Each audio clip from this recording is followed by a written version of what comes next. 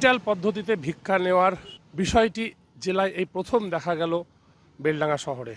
নওদার অন্ধ ভিক্ষুক তায়েব শেখ বেলডাঙ্গার বিভিন্ন প্রান্তে ভিক্ষা করে বেড়াচ্ছেন।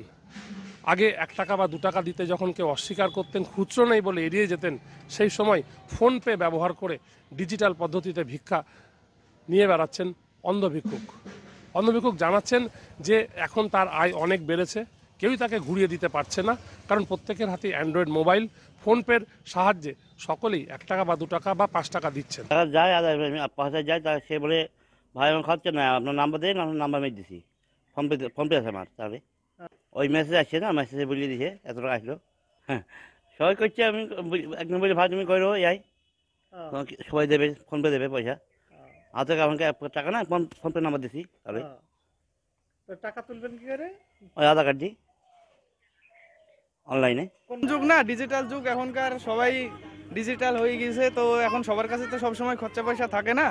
তো আমাদের যেমন ফোনপে আছে, গুগল পে আছে, ইউপিআইয়ের মাধ্যমে সবাইকে পয়সা দেওয়া হয়। সেই কারণেও একটা নতুন সুবিধা বার করেছে ওদের জন্য। যেমন আমার কাছে মোটামুটি আজকে 1 সপ্তাহ কোনো পয়সা নেই, কিন্তু আমার মোবাইলে পয়সা রয়েছে।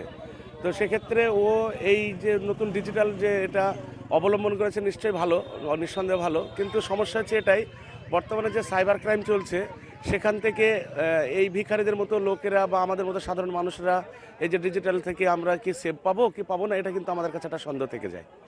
এই ধরনের ভিক্ষা দেখে লোকে তার নাম দিয়েছে ডিজিটাল ভিখারি। আর এই ডিজিটাল ভিখারিকে দেখে কেউই এড়িয়ে যাচ্ছেন না। অত্যাধুনিক প্রযুক্তি ব্যবহার করে অন্ধ ভিক্ষুক এলাকায় যেমন তাক লাগিয়েছেন, তেমনি তার ভিক্ষার হারও বেড়েছে অনেক বেশি। ক্যামেরায় সালামের সঙ্গে কল্যাণ, আমার শহর বেলডাঙ্গা, কলকাতা টিভি।